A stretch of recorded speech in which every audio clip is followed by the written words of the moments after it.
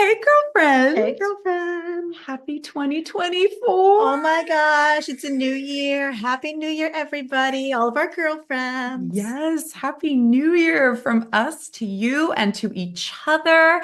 We have had a little winter break, and so we are so excited to dive right back into new juicy topics together this year with you, our girlfriends of a certain age. And that is, most commonly girlfriends in midlife who are going through all them changes, but it could be for anyone who really resonates with this. So we're so happy you're here. I love it. Hi, girl. Oh, and doing it live. We're too. doing I'm like, it oh, live. That's right. I'm feeling a little like, okay. Here we go. Exposed. We're Yes. back in it. There will be no edits. There will be no edits. So the ums and uhs are all part of the beauty here. So as our title promises, we are going to dive into some Taylor Swiftiness because my girlfriend Felicia here has some concerns and I have some fangirl things to share. So we're just going to riff on what we are feeling about the one, the only Taylor Swift who is currently taking over the universe. She is. And so we got that Gen X perspective, which only a couple of Gen X ladies can have. And I feel like there's that wisdom. And so I want to share that with our girl. Even obviously she's not going to hear this, but the energy of care and but big sister. I feel like a big sister toward her. That's kind of the energy. Yeah. And I think it's probably because I work with a lot of singers who adore Taylor Swift. We literally had our winter vocal concert, and I think we had 3 Taylor Swift songs. And I went. Yes, it was my first time going. And so it was so fun to see that. And then even my boys who are like, I think they played a lot of Taylor Swift songs. I'm like, how do you even know that Taylor Swift? She's just everywhere. She's everywhere. She's omnipresent. And that has really been an interesting thing for me to see. Also, I love what she models for young singers. So we can kind of talk about some of the messaging in her songs that I think is so spot on. But I'm also so intrigued to hear about your concerns. Oh, yeah. Of big sister energy. So we're going to get into that. But before we do, we want to honor that it's the very beginning of 2024. And what we did last year, because this is season 4, y'all, was to reflect a little and then call in something for the new year. So we're going to do this for both of us, and we're going to reflect on something personal and something more cultural from 2023. And then we're going to kind of reflect on what we're calling in personally and maybe more culturally for 2024. And as we're doing this, maybe you can be thinking about what you are also calling in. So, yeah. So, can I start with you, my dear, on your reflections of 2023? Something personal or something more cultural? What speaks to you? Yeah, I've got one of each. I mean, I think culturally in the big picture, the last year felt a little bit like a shit show. I mean, Yep. Watching things crumble. And I think we knew in a lot of ways that, a lot of old structures are crumbling. You and I both have kids in public school. Yeah. I really see a lot of things falling apart. And I think a lot of ways for the better, but raising children in real time as that's happening, I found a little unnerving. And so that's been tricky. But for me, the hardest thing has been war. War, and I'm getting the bad chills as I feel it. War and strife and struggle and just a hateful intensity with a real side of masculine bullshit. I just see a lot of nasty pants men trying to swing their you-know-what's around and really hurting people. And for me, it's been really upsetting. And that to see so many people still struggling, not having their family members with them. It's just so hateful and destructive. And then having these conversations with my boys who are watching this in real time. I've got a middle schooler now who's doing current events, and he's like, is this real? Did this really happen in our country? Is this really happening in Ukraine? Is this really happening in, in the Middle East? Right. These kinds of questions. And as a parent, they're very hard to answer. Yes, they are. Yes, they are. Yeah. Well, I want to riff back with mine because it's right on the same thing. And then maybe we can go to the more personal, but the war thing is exactly what I was thinking about as well in this last year. Agreed. 2023 was a rough year on so many levels. And one thing that I also had discussions with my boys around was like a question of humanity. Who deserves to have their needs met and who who gets to sort of be the, the punisher or the person in charge and in these like bigger, dynamics. What does that all say about humanity? Right. And it has been really interesting open table discussions. And one interesting thing in my household is they really like weapons. Right. They know all the tanks and the fighter jets and all that, but I also have made it ever so clear that I really dislike war.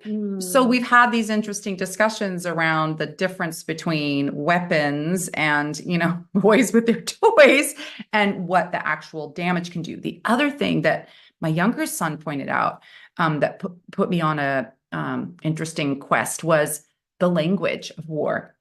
That when you hear the coverage of it, people are casualties, or perhaps even one side is getting more humanity in the media than another, depending on where we're coming from in the world.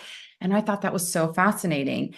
And then I was looking for a new book to read and came across Nonviolent Communication by Marshall Rosenberg. Do you know him? I know of that work. I haven't read this. It's fascinating. Rothenberg. I'll verify that.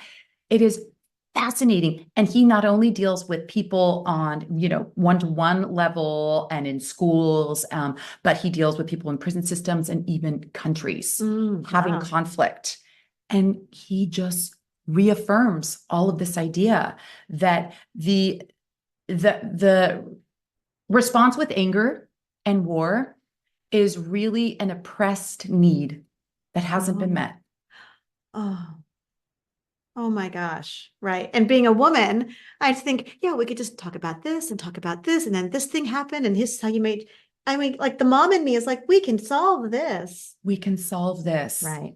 It's actually very comforting. It's very healing. I find it during this time to be quite fascinating. I've heard the buzz about nonviolent and I was like, sure, I have some time. Let me listen. And I'm listening on audiobook. So it's him reciting what he's written. And it is so interesting. So that's what's giving me a little hope. Yeah. Well, let's put that in the links below so girlfriends can check that out because I want to check it out too. I'd love to have those conversations with my children. It's beautiful. He's trained as a psychiatrist, but he realized that he wanted to go a different route. It's fascinating. Okay. I'm in for that. Well, that's realness. How about on another level that we were going to share? What else is going on for you? For personal, I turned 50 this year and you're about to. It's your year.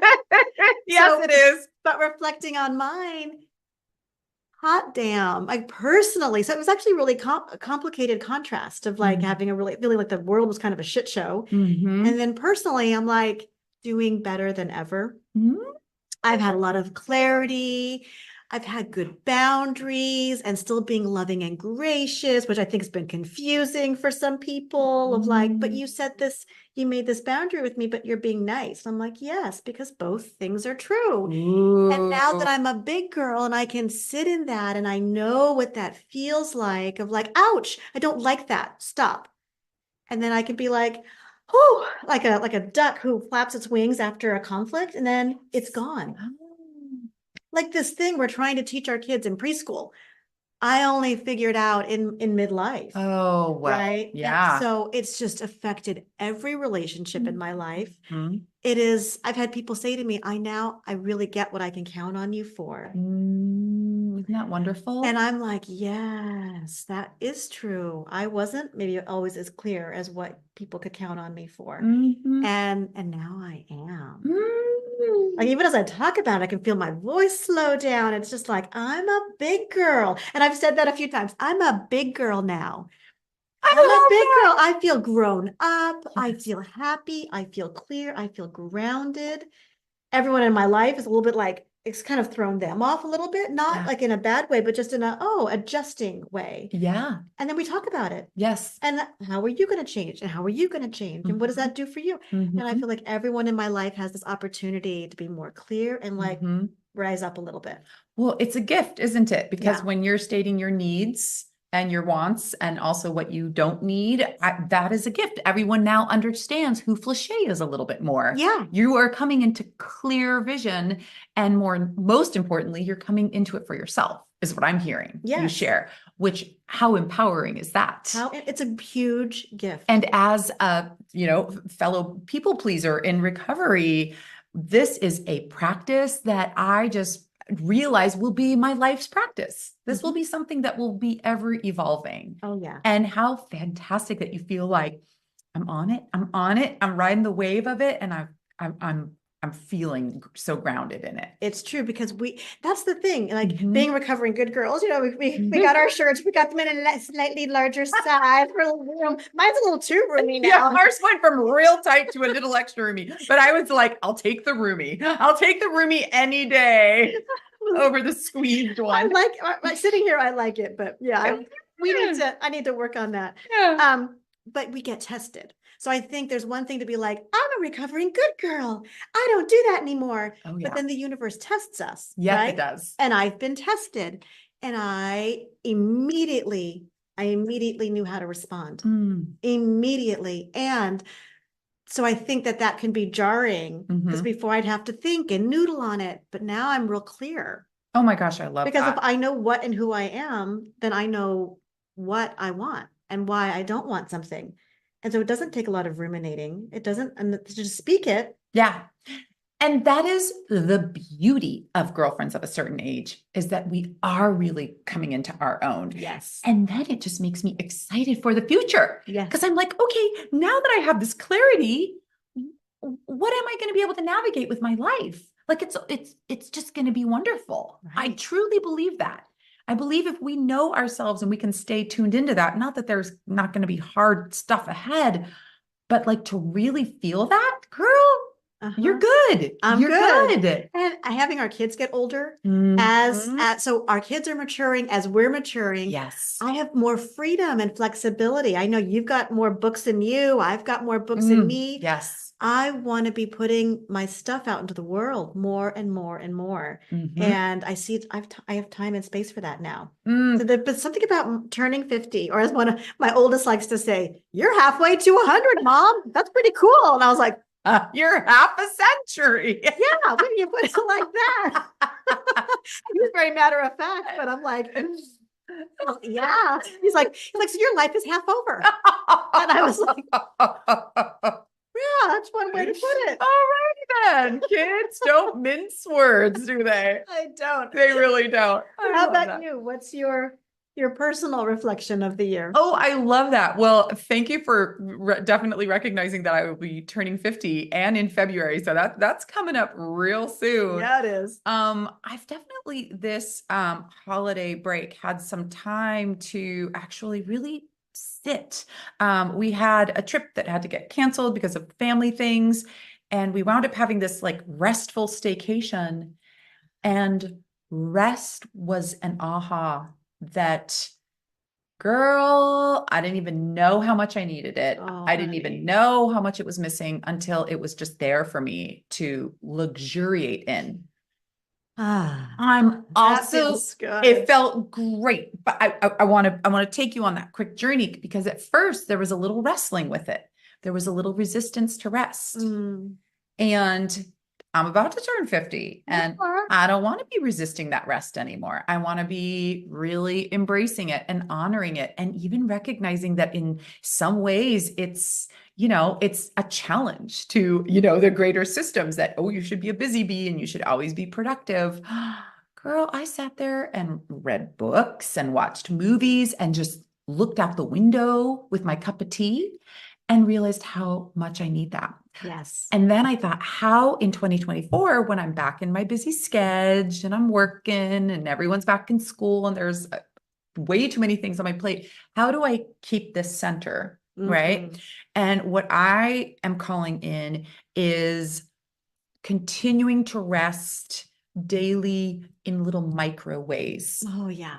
Right. So like, rather than all or nothing, work, collapse at the end of the day, micro rests. And I mean, truth be told, I've had those like written into my schedule for a while, but I realized this break, how essential they are. Yeah.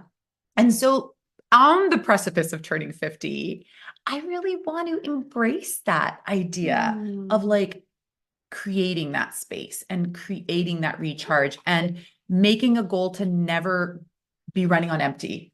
Puppy. Puppy's back from a And walk. I hear someone shushing him. Yes. Mom's recording. So on that, have I told you my caffeine nap trick? Do tell. No. Oh, girl. Ooh, So ooh. I actually learned this from a sleep specialist years ago. And I was doing it more when I worked. I had like a real job with a boss, looking at me. And I would, so what I learned was you plan out like a 30-minute chunk of time. Okay. So you drink some caffeine first. Okay. So you have your tea or coffee or whatever your thing is. And then you go lie down. So before the caffeine kicks into your system, and you're like, I just feel like I need me a little nap. Yeah. And then you do something structured, like either listen to like a guided meditation or your favorite relaxing music. Or if you fall asleep fast, just do that. Set a timer, 30 minutes. It goes off. By the time you're waking up, the caffeine is hitting. Oh, because it takes a while to. Exactly. So your body's getting the rest. And then that hour you want to spend of like, whoa. Yes. And I think that's why a lot of people don't nap. Because you feel the groggy grogs afterwards. Or you sleep too long, you get into the wrong sleep cycle, Right. and then you're yanking yourself out, and then your day actually feels worse than before. So drink it, 30 minutes, get up, and you go do your thing. And maybe you get some sunlight or something. Right. It is like a miracle cure. I love that idea. Yes. That's really smart to time the little spike with the resting. But the trick, and I think as we get older, the trick, and I remember this guy even saying it in literature, is that you don't want to be napping too late in the day and having the caffeine too late. Yes, that's so right. I think after 3, and that's about when I want it. So for me, there are some days where I'm doing it too late. So I'm trying to push for more like 2:30. It could be a siesta after lunch. Exactly. Right? I think that might be better. That might be a reason why really good. so much of the world does some version of this. Yeah, maybe we need to take notes from all of the ancient civilizations that have siestas, people. When did we cut that out? Yeah, absolutely. But to be strategic about it. Yeah. Plan it in your day. And now I see you get it. I get it. And to be really own that psychological wrestling. So for any of you who also, and I do think that's part of the recovering good girl syndrome, which is what I could be doing something right now. I should be doing something right now. The 1,000,001 busy tasks that I should be doing for myself, my business, my family, etc.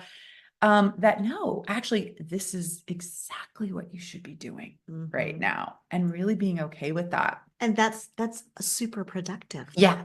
Taking care of your vessel. Yes. Your beautiful vessel. Yes. And your mind and your heart, and get all that aligned. It's like a little reset. Yeah. And to build that into the day, I'm like, I can't wait to hear about more, like a few weeks out. That's right. I'll reflect back. And the last thing on that is like, for people who are like, well, I can't take a nap siesta with my work. Like, I was even reading about how you could do a 5-minute micro rest where you just sit there and close your eyes. You could do a tiny meditation. You could do like a walk around your building work complex or something. That those little tiny charges, almost like what we do with our phone, we give it just a little more juice, will keep us from totally depleting by the end of the day. So little mini things, just sitting or just resting or walking meditation, anything like that also counts. I have napped in my car before. I have totally. There you go. And go sit out in my car, and I've definitely done it. Get in the back seat and just, not everyone has a car at work or anything, but get creative. I think is the point. Yes. There are other things we can do. You don't have to take our model or what, you and I have that flexibility. We work for ourselves. Right. That's not a good fit for everybody. Yeah. And so there are a lot of different ways to get the rest that we need. Yay to rest. Hello. I love it. Okay, well, this was wonderful to have our check-in. So good. And hopefully some of this is inspiring you ladies out there, because, we love that. And if you want to chime in with what you are either calling in, what resonates to you, join our Substack. It's free, and let us know your thoughts. We'd love to hear it. Well, we're going to switch gears now to our juicy topic of the day. Which you brought up, all about Taylor Swift, because you've got some things to say, some concerns. I want to hear it. Okay, first off, Taylor, I love you. You're so awesome. I mean, I just seeing her off this tour and the movie and everything.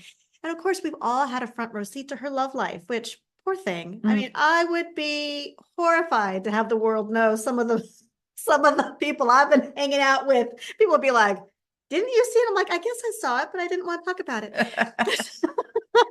But so that's all happening for her in real time. And we've been just watching her whole, as she's coming into herself and all of her relationships. She's written some good songs about it. She has. I mean, what I see is her ability. She's very self-aware, she seems, with that music. And I think it's that authenticity, which I just learned from my kids' children's magazine, is the word of the year. Really? Yeah.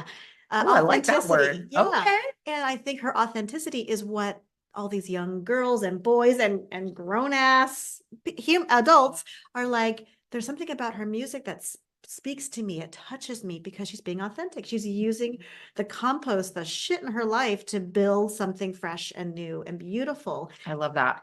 So the concern I have with this new guy, Travis Kelce, and I'm just going to speak it because I keep thinking it. And I remember bringing it up to you and you're like, I don't know anything about that. So let's talk about it. And so she's got now a superstar boyfriend who is famous. Plays football. I know that much. Yeah. I guess he's famous in the football world. I had never heard of him before, but I also don't follow football. So, yeah, I think he's got a name for himself in his niche. And from my perspective and my intuition, which is the only way I'm living anymore, is like he charged after her that she only like a football player can. Exactly. So it's very masculine energy. I'm coming for you, girl.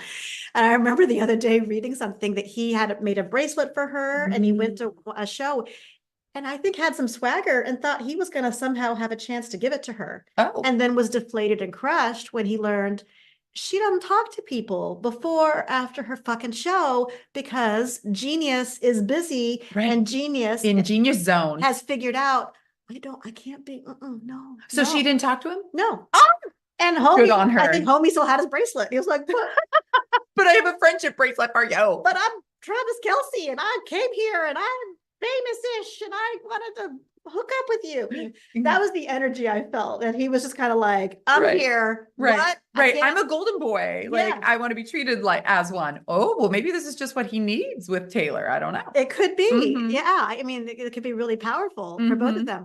And so I read that and I remember just having that feeling of like, yeah, he wants her too much. And her star, I mean, I don't know of anyone whose star has risen as high. Beyonce. So, I mean, ladies are bringing it. Ladies are so bringing it right now. Beyonce and Taylor are doing things that we've never seen before. Yeah. And the rap women are bringing it too right now. Megan Thee Stallion, Nicki Minaj, like they are also up in their game way higher than some other. So there's a lot of women right now. In music. Not playing the game in the old dude way of like, well, you need all these middle people, having their hand out and taking their cut. Our two ladies are like, no, I own this. This is mine. And hearing how they're paying everybody. Oh my God. Like rock stars themselves, their whole crew and staff and team. Bringing in like new economies to these towns where they go, like really cool stuff. Taylor Swift called it an earthquake because everybody was jumping at the same time. There was seismic activity. It was, I forget where it was. That's amazing. And I bet Beyonce caused like some sparkles up in space because everyone was wearing silver at her show. Oh my gosh, that's brilliant. Bringing it in a whole new way. And there's more of that coming. I can feel it. The women, we're going to be stepping into our leadership a lot more. Yeah. Both those movies, which are on my queue, you can watch now. So Eras Tour and the Beyonce Renaissance Tour are both filmed and they're available to view. But where? Online. You have to go and search it, but I see. Okay. Yeah, it's not like on Netflix or something. It's on one of those streaming services. Yeah, I don't want to misquote. I want to see. I want to see. You're all where? So Taylor, and here's the thing. I don't think Taylor's done. Beyonce. I mean, oh my gosh! But we're talking about Taylor right now. We should do a whole episode on Beyonce. Yes, Beyonce. It would only be Remember my Beyonce face? Yes. We have to do more of that. But so with Taylor, watching her just like shoot up. Yeah. And I do feel a little like homeboy is trying to like grab a little bit under her shooting star tail and be like, fascinating. And then, this is all, it's all rumor and stuff, but like there's a woman who Travis hurt very badly. I guess they were on a reality show, and I don't know what they dated a little while. Okay. The way she talks about the way he treated her, being really cheap and stingy and not that kind. Granted, they were having a relationship on a reality show, which is also not real reality. But I just had this feeling of like, is he a good guy? I get that he wants her, something fierce, and who wouldn't? She's amazing and powerful, and I'm sure it's very complicated for a badass woman to find a partner who can honor her, who can watch her just rise and be there when she needs to be down and be quiet, and give her the freedom and the love and support that it requires when we are fully in our genius mode. And Taylor is doing, oh, as I talk about it, I get the chills. Taylor is doing that in a whole new way, and that's inspiring for all of us. Yes. I am a little worried that that guy, some people are all about the beginning. Oh, yeah. And I have that feeling with him. Oh. And you see him, he's being really protective of her, and her bodyguards are kind of like, wait, that's our job. But he's like, no, I'm doing it. She's mine now. I feel that energy. And I just wonder, football, that's a short career. What's he going to be? Who's he going to be? How's he going to be when he can't play anymore? Ooh. And what's it going to be like if, so the feeling that I have is that things are moving very quickly with them. And so my Gen X therapist trained self is like, and I feel like a big sister energy toward her. Yeah. Don't marry that guy fast. Date that guy for 5 years and let's test his ass. Yeah. Like, what is he going to bring? Yeah. What is it going to be like if he gets injured or gets sick and he can't play for a while? Yeah. What is he without football? That's interesting. Does he have some plans lined up? I don't know. I don't know enough about him. Yeah, I know very little about. But does he have some more chapters in the queue for himself? Yeah. Because clearly a chapter through Taylor's orbit is, I'm no doubt, bringing all kinds of opportunities to him already. Yeah. So there is also a concern, like, is there something opportunistic happening? Not that I think it's he's ill-intended, but like, it's a very exciting time when suddenly you go from being like kind of known in a world to like the whole world knowing what and who you are. That's a very shocking, surprising time. And we've seen countless people be one-hit wonders and crash and burn. Maybe he'll be the stay-at-home daddy. That'd be cool. I don't know. Everyone loves a hot dad at home. Come on.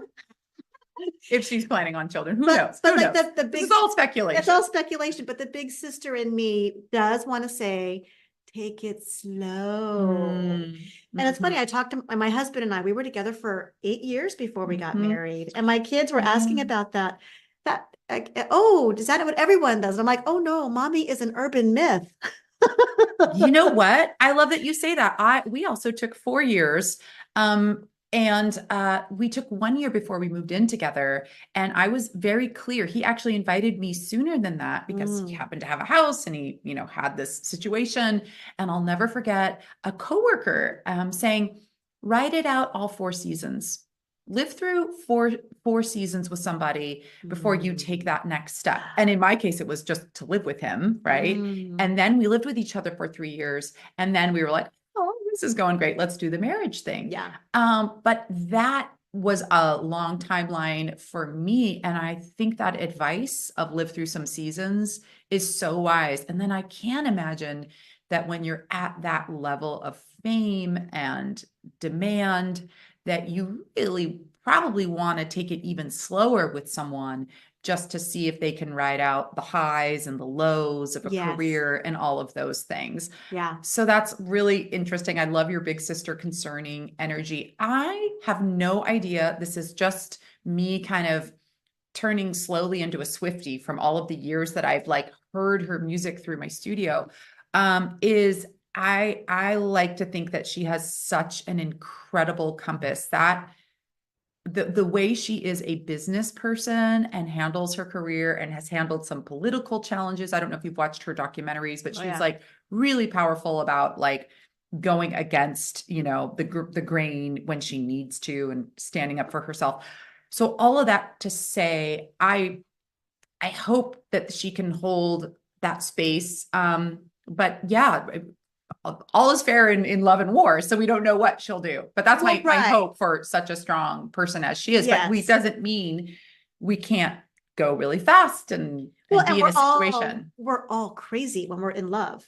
I Yeah, mean, we're being like flooded with certifiably, the, yeah, oh yeah, yeah. yeah. We're like mentally qualified as kind of crazy. Yeah, Yeah, but I yeah. will say one thing that that I can just feel, and this Mm. is the feeling that I have is that she has a daddy. You know, Mm. you and I have dads, but we don't have daddies, right? In the same way, Mm. she has a daddy. Yeah, I remember Mm. seeing it this from her one of her recent tour, and her dad was standing there, and she ran into his arms, and he just grabbed her, and she had her full weight. He was holding her. And to have that, you know, Yeah. and when you have someone, a masculine person like that in your life, help who loves you like Yeah. that, that's really good modeling. You know, Mhm. hopefully they have a really good, healthy relationship. But Mhm. I was like, oh, but Taylor has a daddy. She has a daddy looking after her. Mhm. And so hopefully he would be able to be like, yeah, I don't know. I don't feel it with this guy, or I do, but let's test it out. Like that just Mm. kind of thing takes time. So that's sort of my big sister feeling in the Gen X, and also like some of the wisdom that a hard one of Indeed. me, like the times I've tried Yeah. to marry the wrong person, and everyone in my life was like, stop, this is crazy pants. What Oh are you my doing? God. And I Oh was my like, God. later, I was like, wow, you guys were right. Yeah. And Oh then yeah. I didn't want to hear it at the time, but thank you. Thank you for having the courage to tell me that that wasn't my person. No, it's so important. It's Yeah. so important. So Yeah. yeah, I think that that's that again, we're speaking from this point of view where we've Yeah. been through some stuff and we can see that, right? Yeah. We know that she'll write about it regardless of what happens, but I think that that's really sage advice, and hopefully someone in her corner is giving her that advice. Mm-hmm. And so And I at the love very that. least, you and I have put it out there. So We have put it we out love there. you, Taylor. We will have to circle back just to see how it all is Yeah. going. But, of course, we hope for the best. I thank you for saying that. I Yeah. do want to hold this gently because Yeah. I do think that words matter. I think that sharing our opinions Sure. matters. That the energy I'm putting out and that you're putting out really is Yeah. loving and supportive of Taylor and of every woman, honestly. And so I do want to say that I'm saying this. I want to put this out there for the highest good of everybody because she has also become an archetype, Yes, she has. right? She and Beyonce are archetypes. Absolutely. Yes. And so when someone puts themselves out like that to be an archetype, there is a way we can kind of try that on. We did this with the royal family, with Mm-hmm. about archetypes. We try that on for ourselves too. And so Mm-hmm. it's really important that all of us are sending good, loving thoughts Mm-hmm. to especially our archetypes, right? Mm-hmm. Because the weight, we can't even imagine the weight of the energy that's coming at them all the time. Well, it's interesting you bring up the crown and the royalty, because I think Taylor Swift and Beyonce are the American version.